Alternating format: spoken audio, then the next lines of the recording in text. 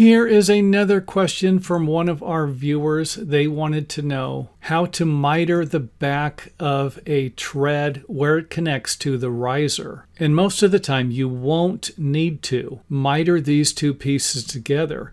You're going to be able to simply butt one of them up to the other, whether the riser sits on top of the tread or the tread butts up against the face of the riser. You're going to end up with the same type of look.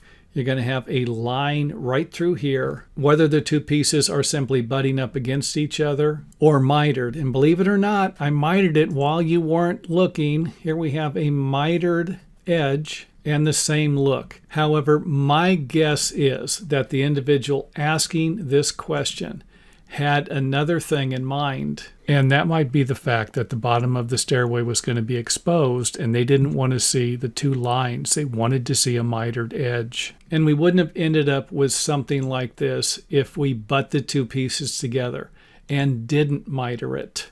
And hopefully by taking a look at these examples, you can figure out if you need to miter the top and the bottom of the treads and risers for your particular project. And cutting miters like this aren't always easy to do. And if they're not connected securely and the lumber starts to dry and twist, you could end up with this joint separating or the gaps getting larger as the lumber shrinks to create a trip hazard. So keep that in mind also before you consider mitering your treads and risers instead of having them butt up against each other.